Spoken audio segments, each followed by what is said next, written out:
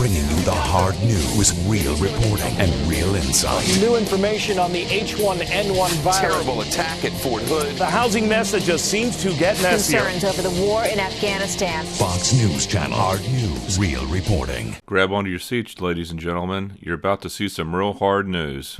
He helped found our country and our Constitution, and my next guest says on this President's Day, Alexander Hamilton would be appalled at what our current politicians are doing to the Constitution.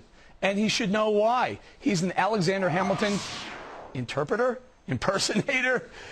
With us now is Bill Kristol. Okay, Mr. Hamilton, I'm going to talk to you like you're Alexander Hamilton. So what do you think is going on with our Constitution now? Oh yeah, this is some hard news. Hard as in hard to believe. Is there any doubt what this Hamilton sock puppet is going to say? Expect the typical Fox News economic libertarian view of the Constitution.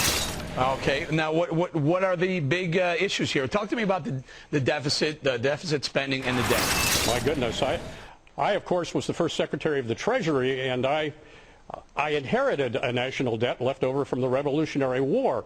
And in fact, I said a national debt can be a national blessing if the means to extinguish it are also present.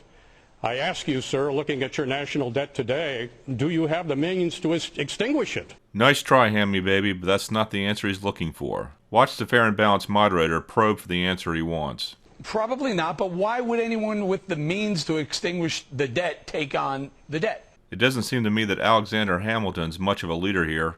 It takes 3 whacks to lead him by the nose to get the answer Fox News seeks. Here's what I'm getting at. To loan you money, sir, and what's the reason to take on debt? What's that one reason that you would say the real reason that anyone should take on debt?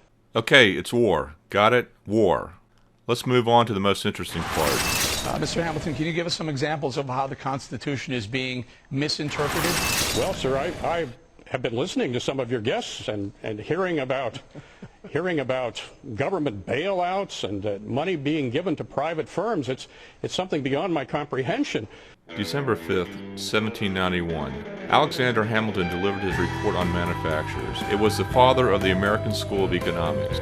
Not based on Adam Smith's capitalism spelled out in his 1776 publication titled Inquiry into the Nature and Cause of the Wealth of Nations, but the dominant theory which preceded it, mercantilism. The American version of mercantilism didn't promote colonies, but it did promote protectionism through tariffs and subsidies to manufacturers. Yes, subsidies.